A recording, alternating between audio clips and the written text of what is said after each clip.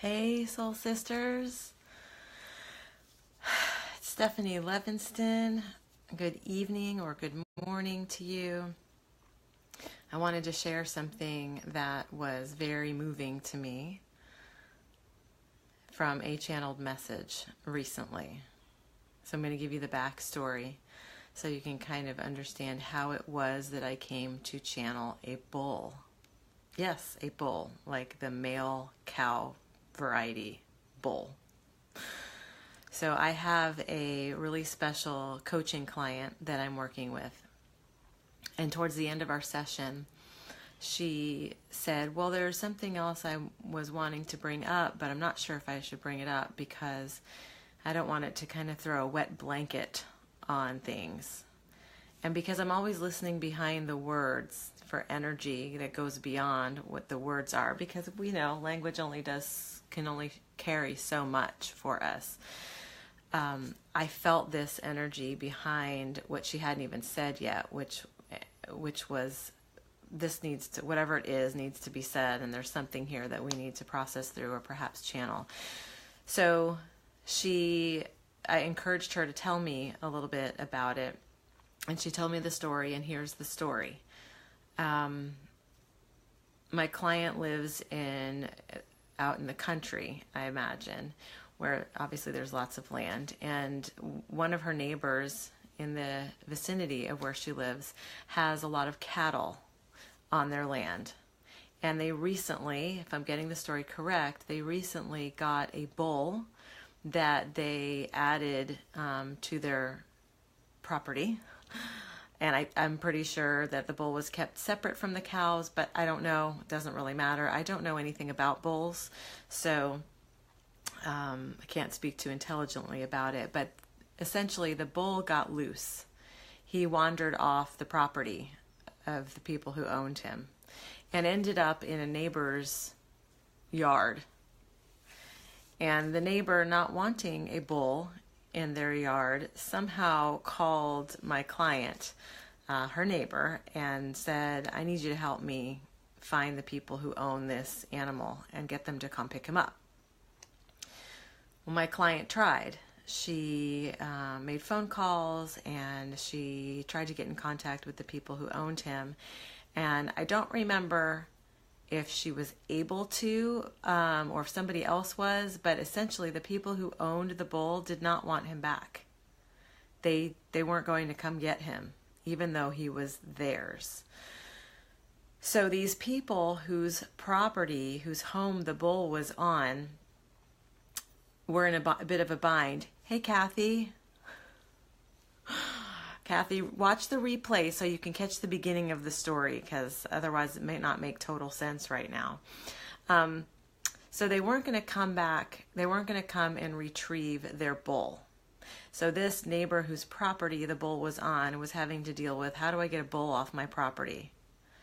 Now, I've never been in close proximity to a bull, but I imagine that they might not be cuddly. They might not be terribly friendly.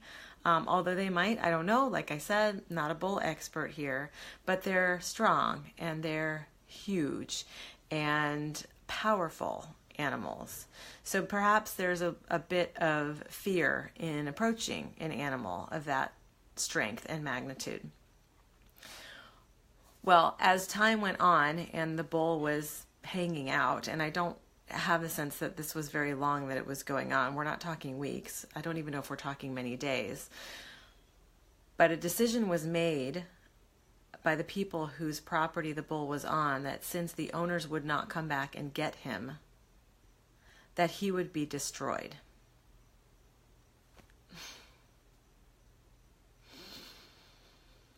Well, this deeply affected my client, just as it is me as I'm telling you the story.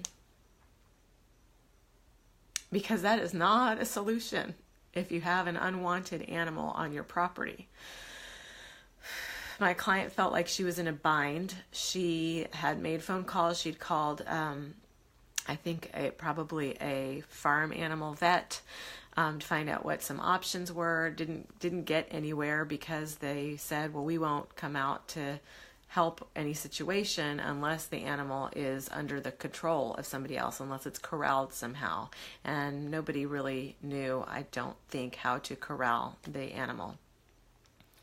So long story short and horrifying, they killed the bull. They shot the bull.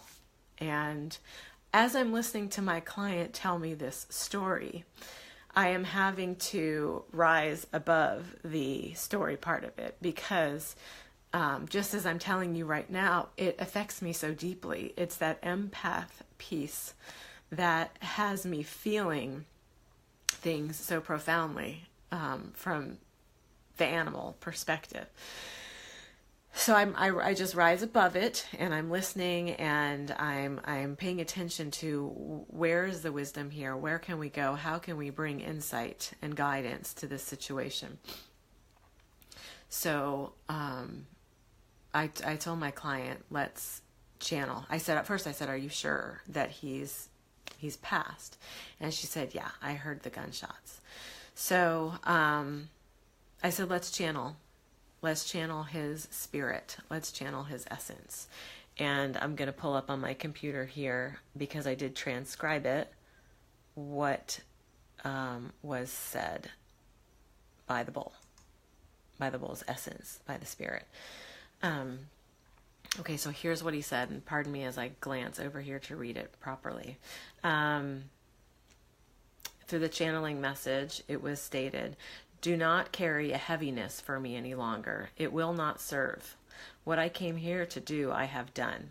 Now you are to bring your energy around, so you have the opportunity to interface with others, to bring support in a way that they are not suspecting.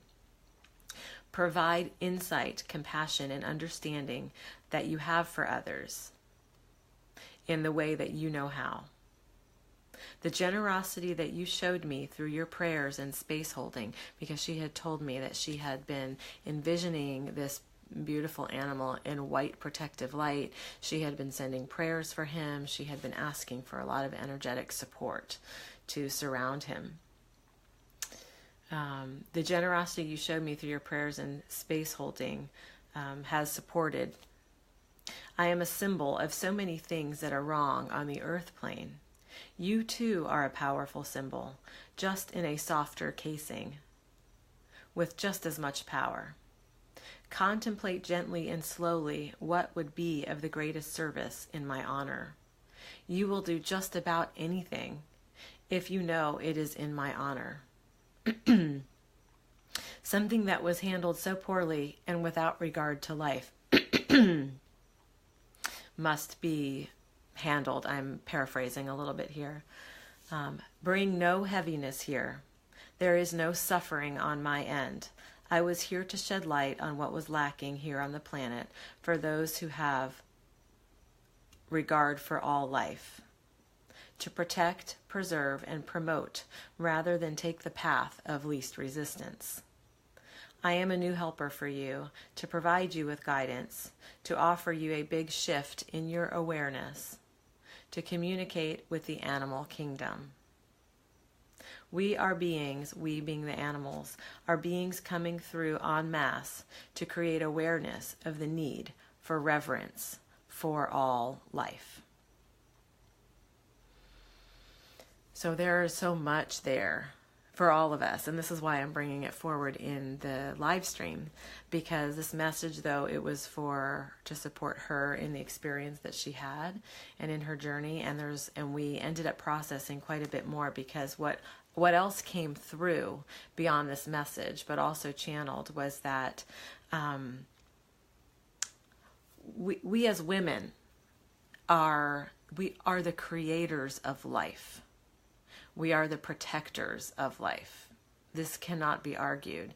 And we have been silenced in some unbelievably violent ways for a very long time now.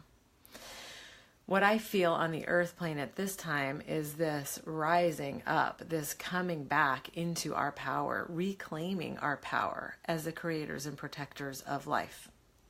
Those who revere life and those who insist that life be revered. This is our role. Of this I am absolutely certain. And so my client is being guided by this deeply sad and truly unacceptable situation that she endured, to rise above that and to use this animal's life to, in his honor, bring about a change, a shift. And as we were processing through some of the message and more guidance was coming through, essentially what she's being guided to do is to explore, hey Jody, is to explore the ways in which we can, when we observe something unacceptable like that, when we are made privy to the fact that others are not protecting and revering life, that we say, no, not on my watch. This is not going to happen.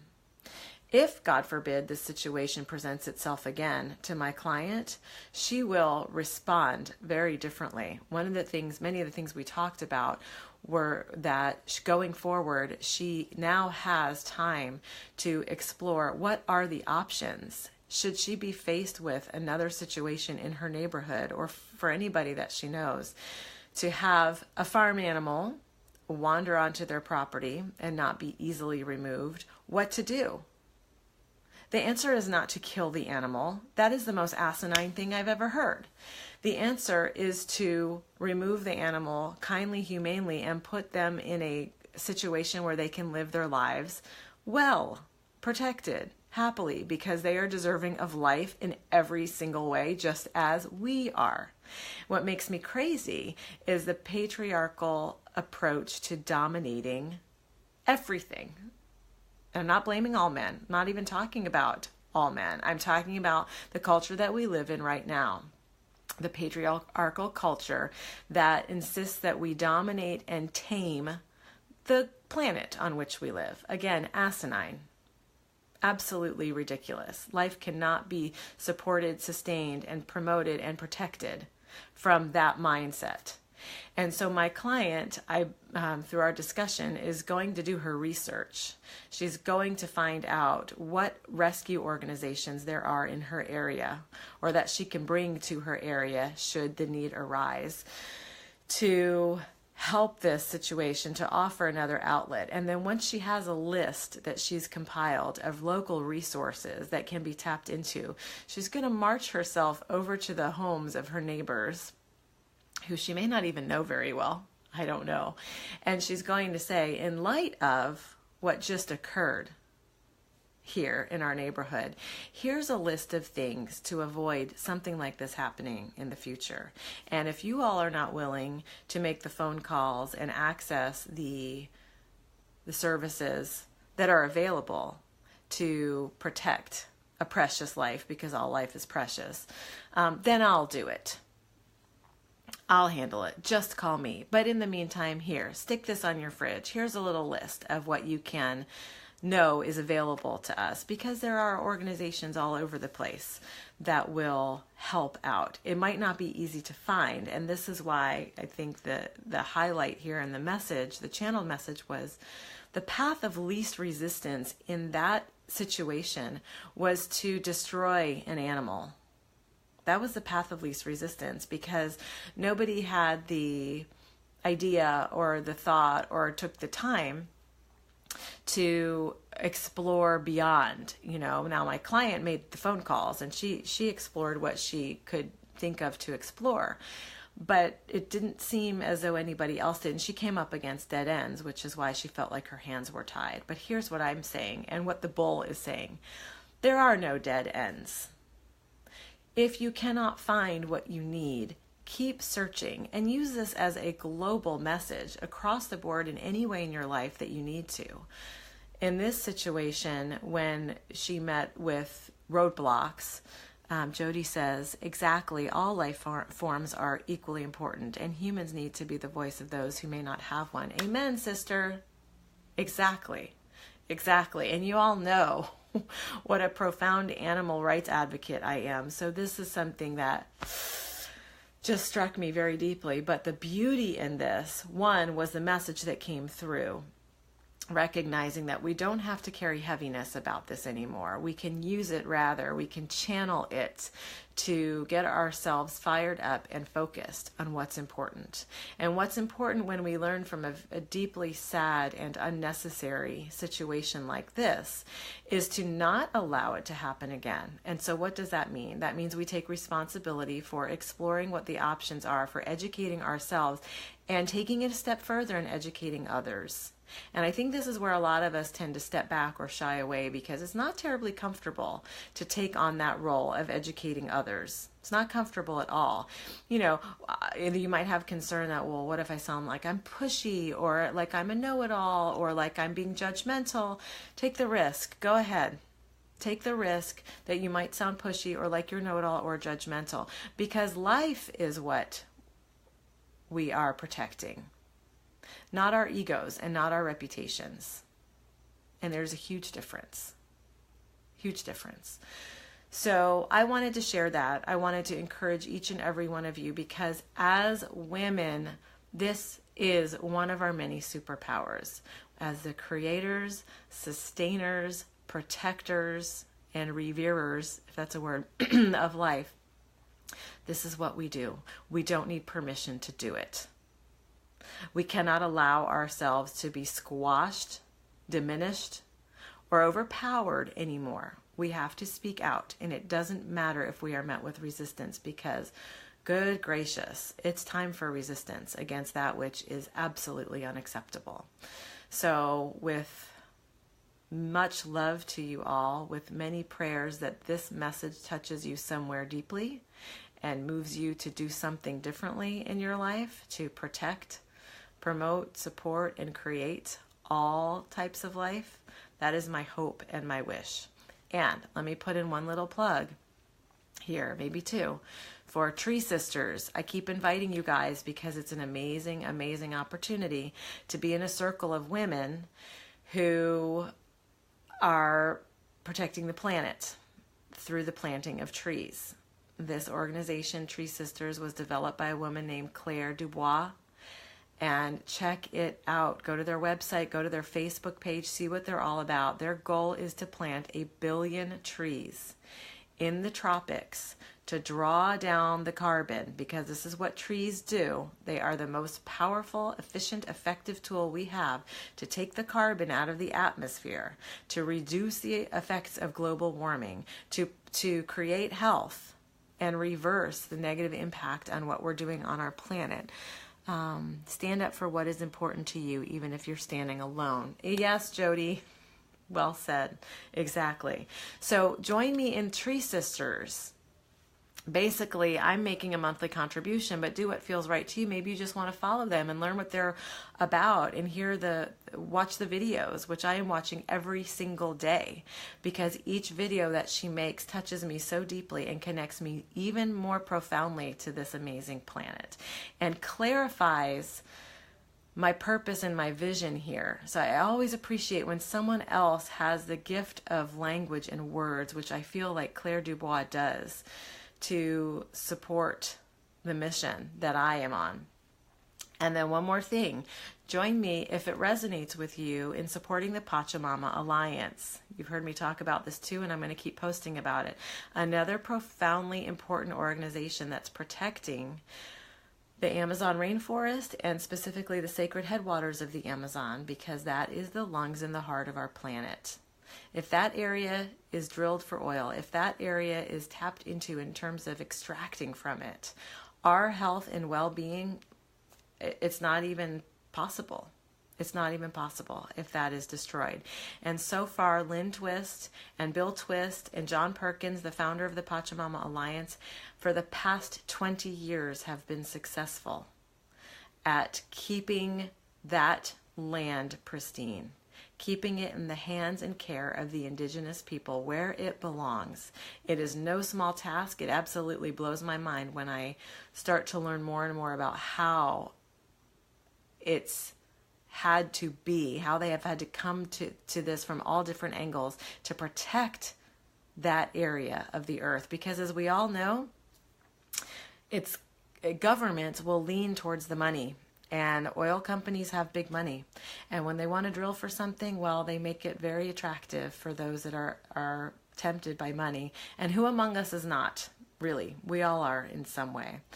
So if that resonates with you, learn a little bit more about Pachamama Alliance and see if that's an organization that you would like to learn more about, perhaps even support. I invite you. I'm just inviting you. It's an invitation. These two organizations have changed my perspective and my life and continue to enrich me. So that's why I want to share it with you. Mwah! Lots of love, soul sisters.